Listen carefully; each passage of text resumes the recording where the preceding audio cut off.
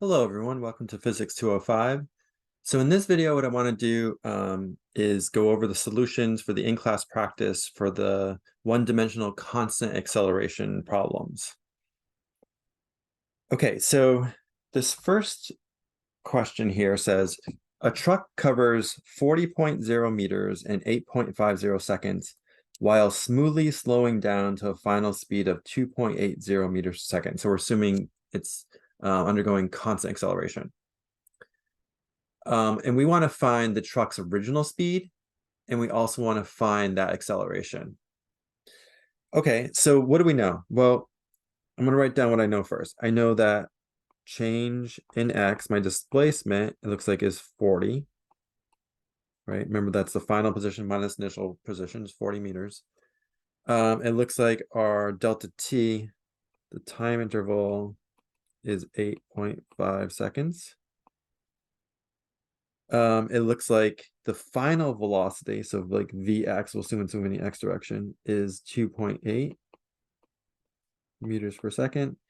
And we're looking for the initial velocity, so V naught x, and we're looking for the acceleration ax. Okay. Turns out there are several ways you can do this problem. We don't typically use the average velocity formula as much, but in this case, it actually is going to be quicker and easier to use that. So if we use the, remember Vx av, or sometimes we write it with a bar underneath, that's defined to be the change in position of the displacement divided by the change in time. So we have enough information to find that, right? If I plug in, so this is 40.0 over 8.5. If you work that out, it turns out it's like 4.71 meters per second. Now, why did I want to find the average velocity? Because remember, if you have constant acceleration, which we do in this case, this average velocity is the same as the initial plus the final divided by 2, right? It's the average of the initial and final velocities. So this is an easy way to compute that initial velocity, which we need, right? In fact, I can solve this for V naught x. I can multiply both sides by 2. So I have 2 V av equals, and the right-hand side, the 2's will cancel, right? Here, I'll write it out again. So these cancel. And then I could subtract V final from both sides. So I'm going to get 2 times the average velocity minus Vx is equal to V naught x. Okay, and of course I can write it the other way. I can put this on the left-hand side.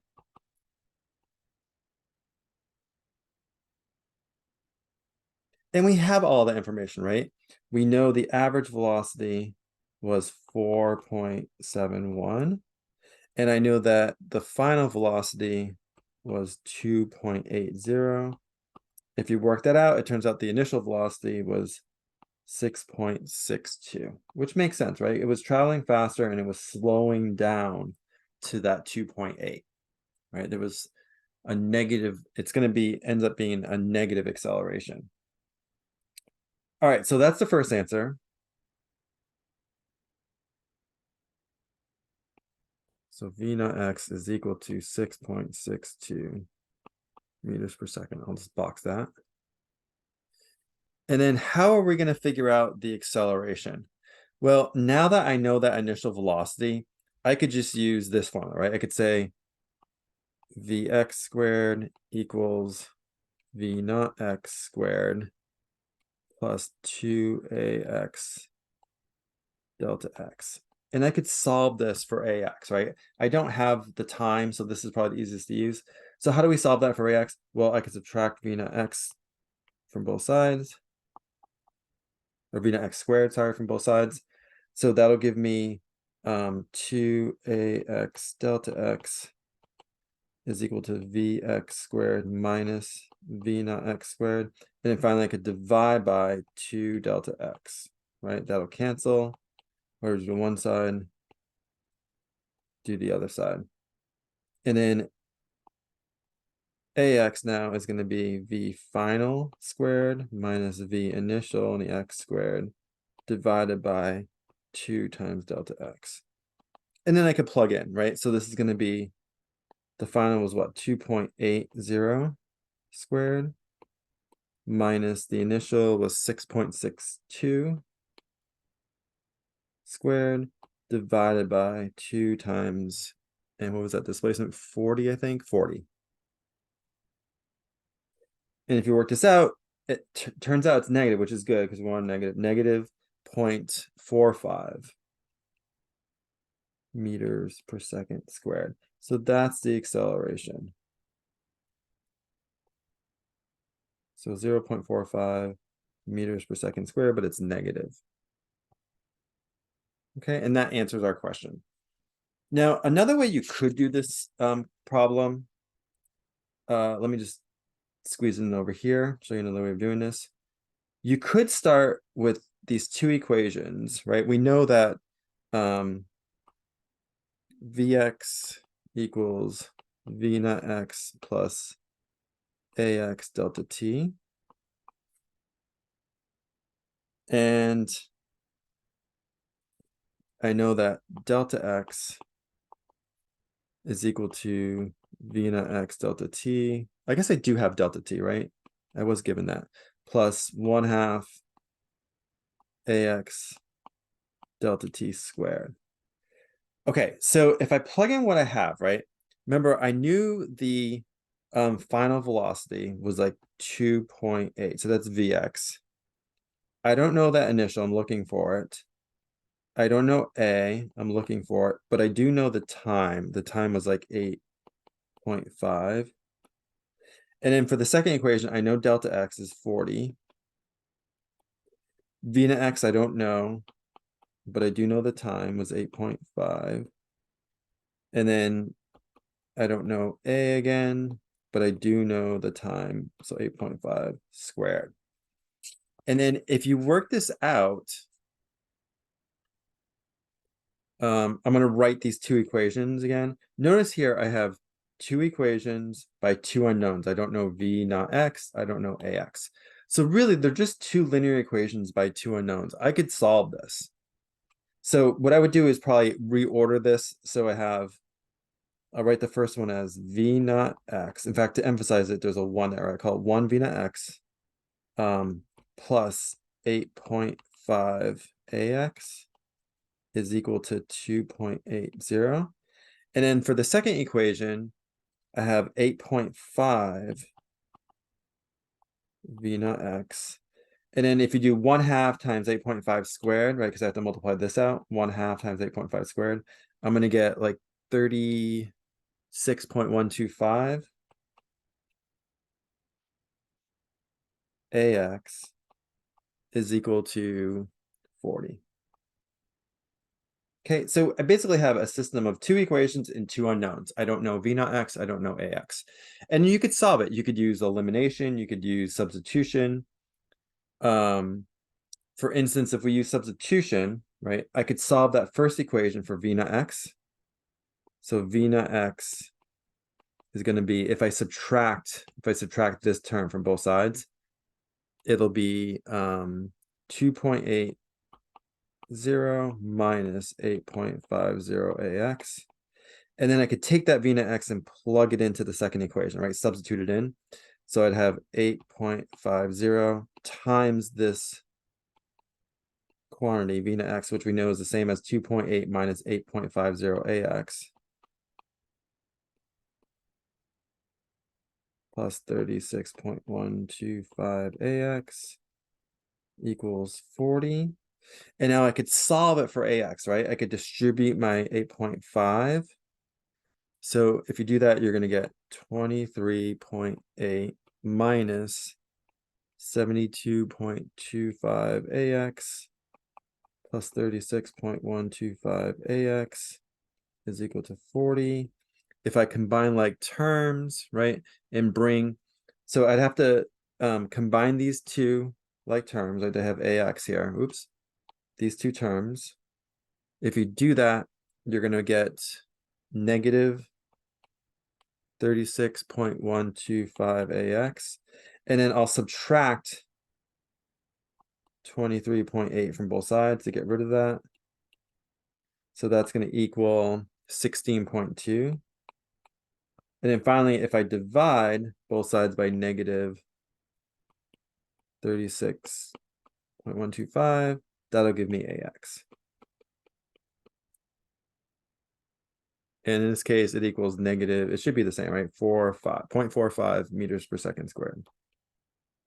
So that's going to be my acceleration. And now if I want to find my initial velocity, the easiest way to do it is to plug back into this equation right here, the one that I manipulated, right? Remember I solved this for V naught x. So if I plug into that one, I have V naught x is equal to 2.80 minus 8.50 times negative 0.45. And that, of course, is going to give you around 6.63 or 6.62 meters per second. So that would be my V naught x. Okay, so that also works. This method was a little bit harder, right? Because we had to solve, a system of equations. So you have to feel confident doing a system of equations. The way we originally did it over here turned out to be much quicker, but we had to use this idea, which we don't use as often, is the average velocity is equal to the change in position or displacement divided by change in time. And then if it's constant acceleration, the average velocity is the average of the initial and final velocities. But it turned out to be much quicker doing it that way. Okay, next question. You're told a speed skater moving across frictionless ice, make it easy, right? Frictionless ice, at 8 meters per second hits a 5.0 meter wide patch of rough ice. She slows steadily, so we're assuming like a constant acceleration along that rough ice, and then continues at now a slower speed of 6.0 meters per second. What is her acceleration on the rough ice? Okay, so what do we know here? First of all, we can draw this out, right? We can say we have this skater. Originally she's moving at 8 meters per second. And what is that? That's the initial velocity, right? Is 8. Then we have this like rough ice. I'll just draw it like this, rough ice here. And at the end of that, so she decelerates. There's gonna be some like negative acceleration. At the end of that, she's moving with a final velocity of 6, right? Yeah, 6.0 meters per second. And we know this displacement here, delta x, is 5 meters. And we're looking for the acceleration, right? We know it should be negative. We're looking for the acceleration over that rough patch of ice. Okay, so if you look at your formulas, it turns out that last formula is useful here, right? It has all the variables and the only unknown is ax. So we can use that one. So vx squared is equal to v naught x squared plus 2ax delta x. Again, what I'm going to do is solve this for ax. So if I subtract v naught x squared from both sides, so I have vx squared minus v naught x squared equals 2ax delta x. Then I'm going to divide by 2 delta x. Okay, you might be able to just do this in your head, just like rearrange it. So you're going to get ax is equal to vx squared minus v naught x squared divided by 2 delta x. Okay, and if we plug in, the final velocity was 6, right? Squared minus the initial was 8 squared divided by 2 times, and then delta x was 5. And if you work this out, you're going to get negative, which is good. We know it should be negative acceleration, 2.8 meters per second squared. So that would be my answer.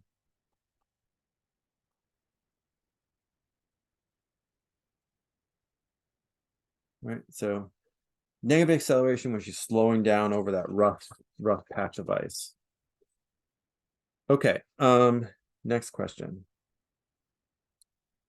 We're told a simple model for a person running the 100-meter dash is to assume the sprinter runs with constant acceleration until reaching top speed, then maintains that speed throughout the race, right, until the finish line. If a sprinter reaches his top speed of 11.2 meters per second in 2.14 seconds, what will be his total time? Okay, so first of all, let's figure out how far the sprinter travels while they're accelerating, right? So they're accelerating, basically they're going from 0 to 11.2 meters per second in a time of 2.14 seconds. Let's see, basically let's see how far they travel, and let's see what that acceleration is over that first 2.14 seconds. All right, we'll start with that. So let's see, what do I know here? I know the initial velocity of the sprinter is going to be 0, right? I know the final, meaning at 2.14 seconds, is going to be 11.2, and then it'll remain constant for the rest of the race. And I know delta t over that first 2.14 seconds is 2.14 seconds.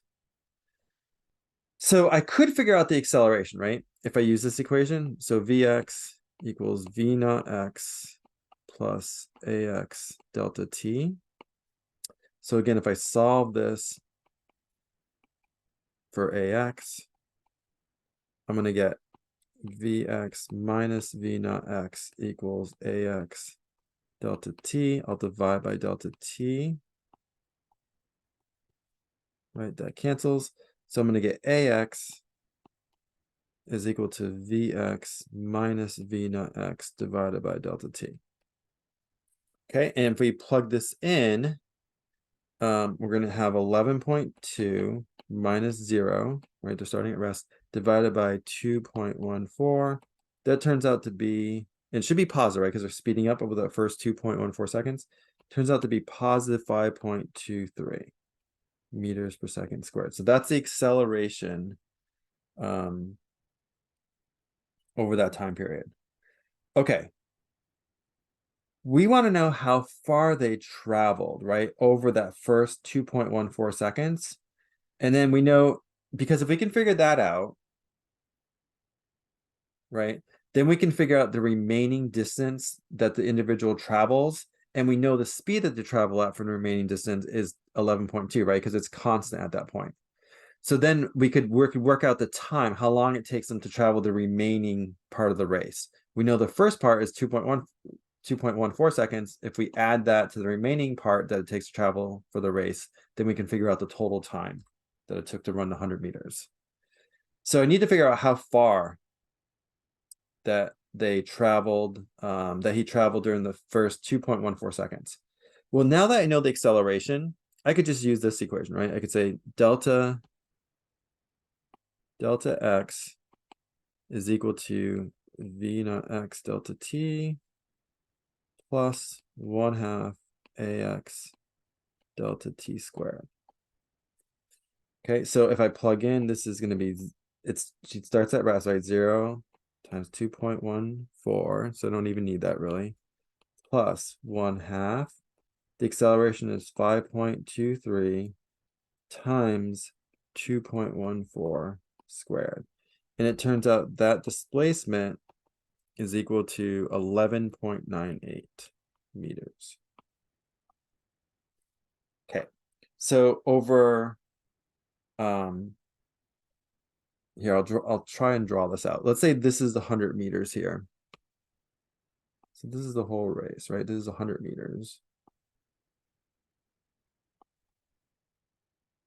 And we just found that in the first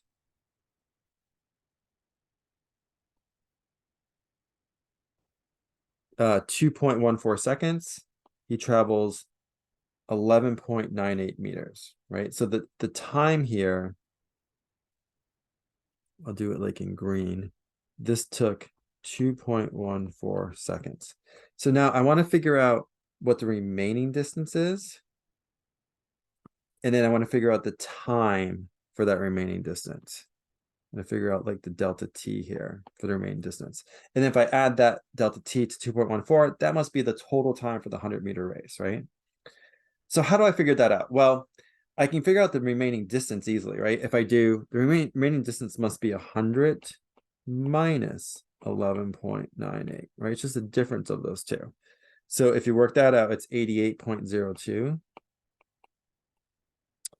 And now remember, the racer is traveling at a constant velocity, right? There's no acceleration. So if you want, you could actually use this equation again for the second part here, where they're running at a constant velocity.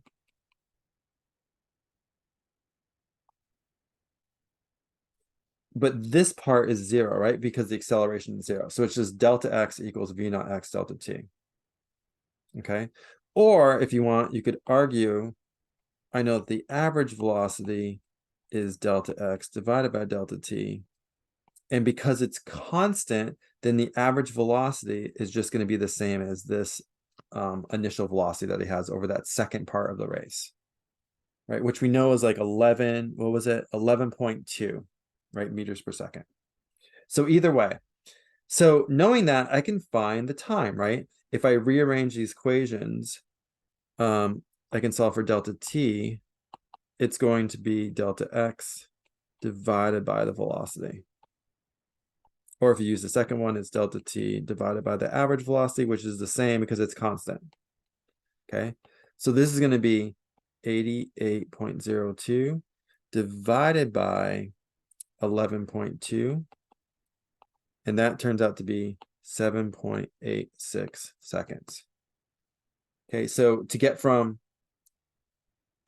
this position, when he was at 11.98 meters from the start, to the 100 meters to the end, right, to cover that 88.02 meters, it took 7.86 seconds. So how long did it take for the whole race?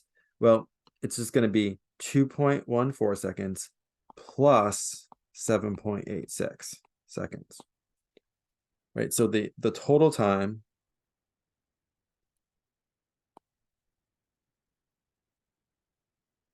for the race is equal to 2.14 plus 7.86, and that turns out to be, I guess, 10 in this case, right? So 10 seconds. So that is our answer. So they ran the 100-meter race in 10 seconds.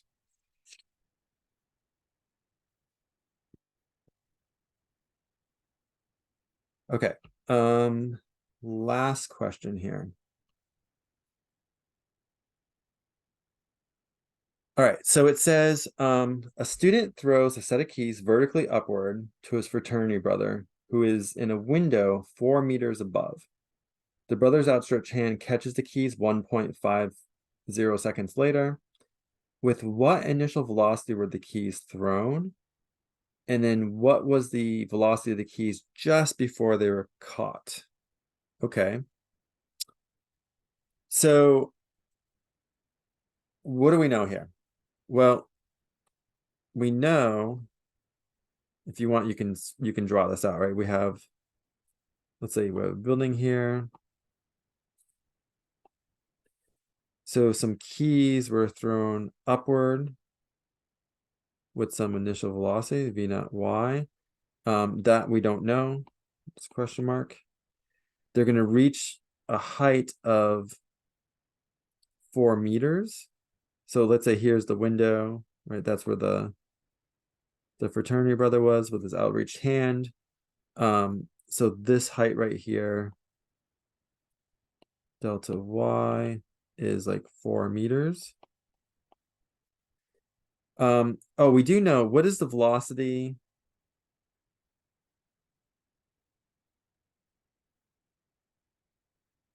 Let's see, do we know the velocity at that height? No, but that's okay. We do know something else though. We know the time, right? We know the time between when the person threw the keys and when they were caught is 1.50 seconds. And we're looking for, and we know AY too, right? AY is G. Oops, I don't know where that came from.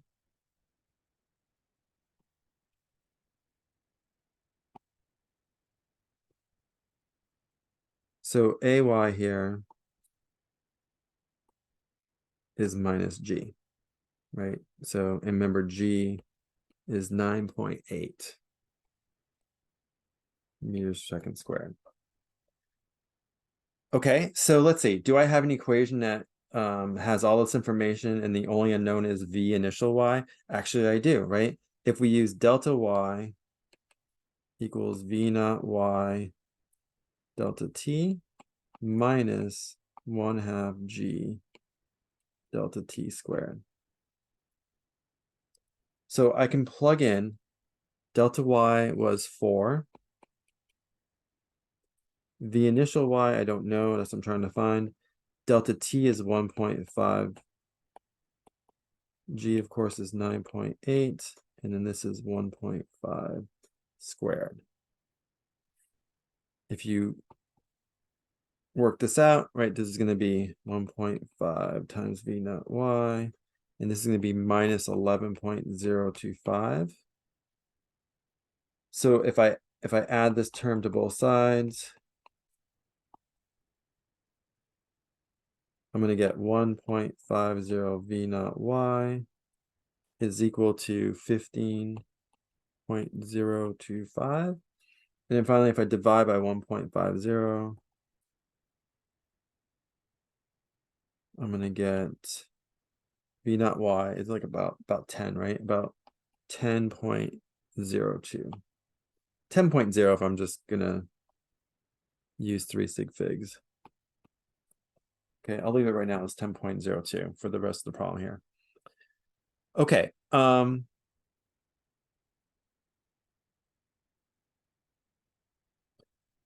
Now, what was the velocity of the keys just before they were caught? Okay, well, now that we know the initial velocity, right? We know the time, we know G, we can find out final velocity by using this equation, right? We know that Vy, so I want the velocity of the keys at that instant at 1.5 seconds. So this is going to be V initial Y minus G delta T. So Vy equals the initial, which we just found, 10.02, minus 9.8 times 1.50. And if you work this out, oh, it turns out it's negative, right? It's going to be negative 4.68 meters per second. So what this means is that the keys were caught actually when they were moving down. So the keys were caught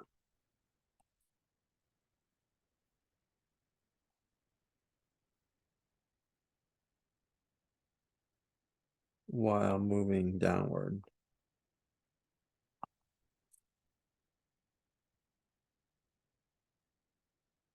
Okay, because we ended up with a negative value here, right?